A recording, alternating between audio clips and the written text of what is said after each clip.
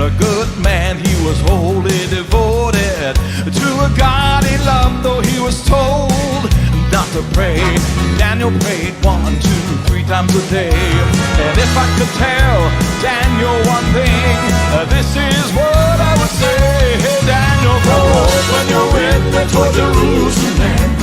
Pray till you know your answer is found. Some people may not like it, they may think it's strange, but you know when you pray, everything changes. Daniel, open up your window and pray.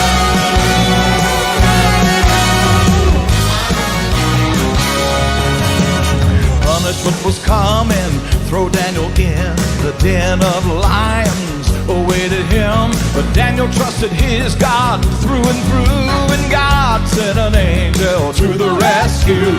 At daybreak a voice was heard from the den, God has delivered again. Hey Daniel, go open your window toward Jerusalem.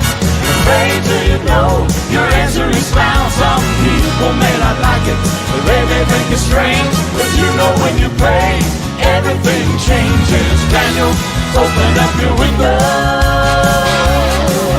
and pray. Go open your window toward Jerusalem and pray till you know your answer is found. Some people may not like it, but they may think it's strange,